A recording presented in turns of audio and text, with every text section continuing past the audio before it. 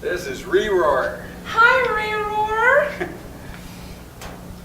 Reroar is a bunch of, I guess you would call them gongs. And when you dip them in water, their pitch goes lower. And as you remove them from water,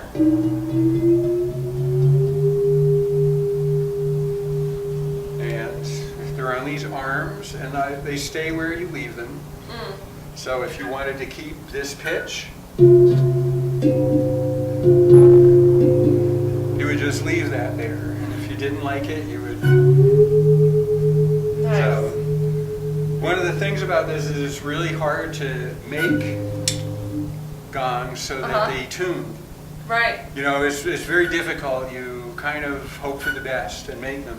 Yeah. And this way you can tune this set of gongs to sort of whatever you can get out of them. This one goes from.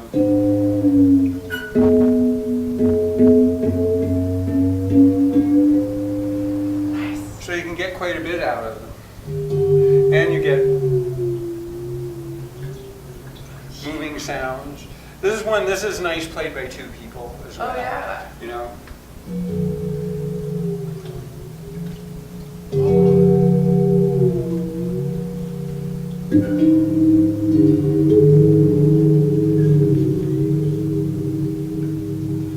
And played with different things, like this one's a little harder, so you get more of a. Ah, yeah. Or with a wooden one, you get a.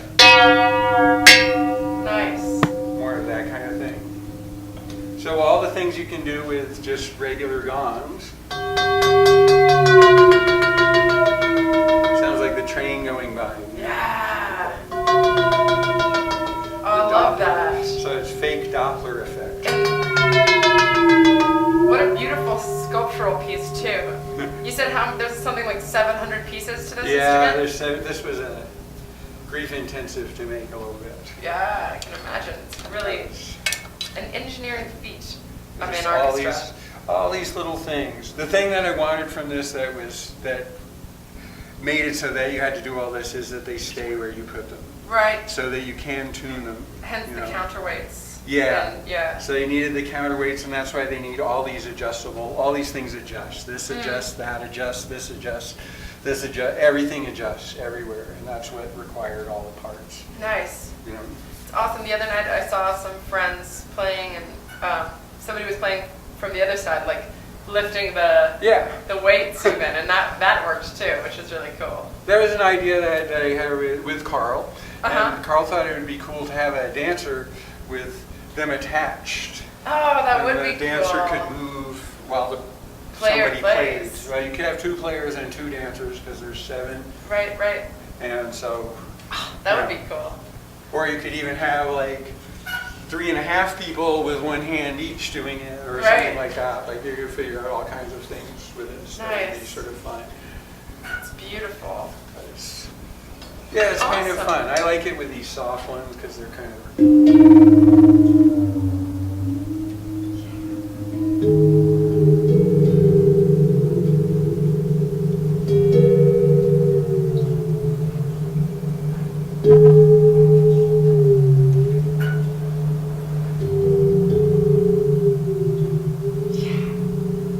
Bells a lot too. Like there was a church at the end of my street when I was a kid that had like real bells that got played like up in the steeple tower. Nice. Guy must have been deaf, you know. Yeah. but they were really nice, and bells don't sound like fake bells. Like there's fake bells over here at the U that you know that ring the Westminster chimes, and they're just way too in tune. It's all the clanginess of bells that's really fun. Yeah. And what are these bells made of? This one here is, this is the propane tank from which DJ Flatus's compressor head came from. Like this compressor broke. Gotcha. So these two ends, the two big ones, are the top and bottom of the tank. That little is the littlest woo, woo, woo, right one. Okay. They came from that. The rest of these are basically they're leftovers from making drums. Oh, okay. You know, it's the cut bottoms. offs from those propane tanks. Nice. And it makes kind of cool, sort of the binaural beat thing happen too. Yeah. Yeah. They do within themselves. That's what I mean. They're really hard to tune because a shape like this, things that you tune, a string or a wind instrument, it's about its length. Right. And so that's really two-dimensional.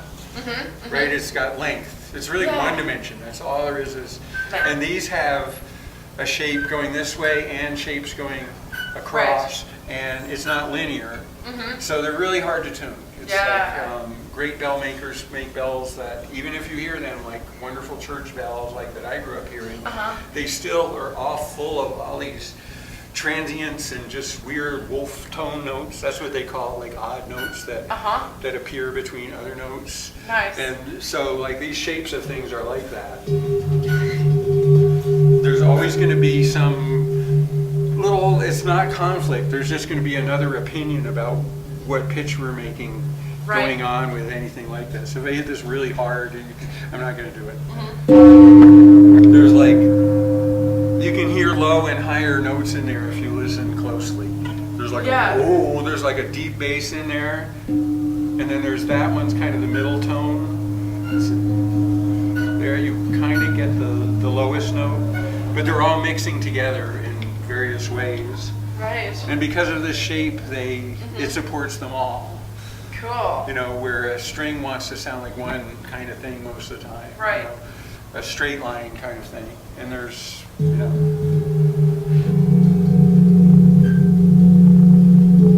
And they're fun to play. Yeah. Because like whatever you do to them is different. The other end of the stick.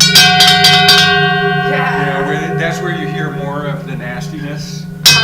Is up high, you know. And you can hear from the low note, here's the low note, and the high note. Right. You know, and they're always all going on together in there, and for long periods of time. Yeah, the sustain is really great. Because steel loves to make sound. It just, you know. The cool thing about steel is of cheap things, you know, is just super sound friendly. It just like when a sound goes into a piece of steel, it just goes yes. Yes, this is where I want to be. Spreads through it and goes, yeah, we're happy here. Nice. You know. Yeah. It's sort of sound paradise a little bit. Wow. It was a pleasure to meet you, Reroar. Till next time.